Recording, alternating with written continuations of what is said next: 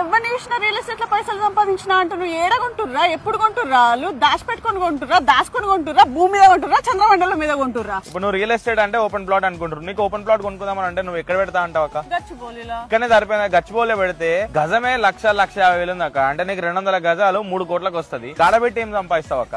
మంచిగా 20-30 లక్షలలో ఒక 200 గజాల బిట్ వచ్చేటట్టు చూసుకుంటే ఒక 5 సంవత్సరాలు అది ₹1 కోటి అవుతుంది. అట్లా రియల్ ఎస్టేట్ లో పైసలు సంపాదించి నువ్వు ఇంకోని చెప్తావు సంపాదించిన అని చెప్పి. హైదరాబాద్ లో ఉండే ఎవరిని అడిగినా చెప్తారు. గత 10 సంవత్సరాల నుంచి ఇక్కడ బాగా పెరుగుతుంది, ఇంకా పెరుగుతూనే ఎక్కడ ఉంటుంది అంటే షాద్ నగర్ రోడ్. ఎందుకంటే ఆ highway iconic highway, Kashmir to Kanyakumari highway.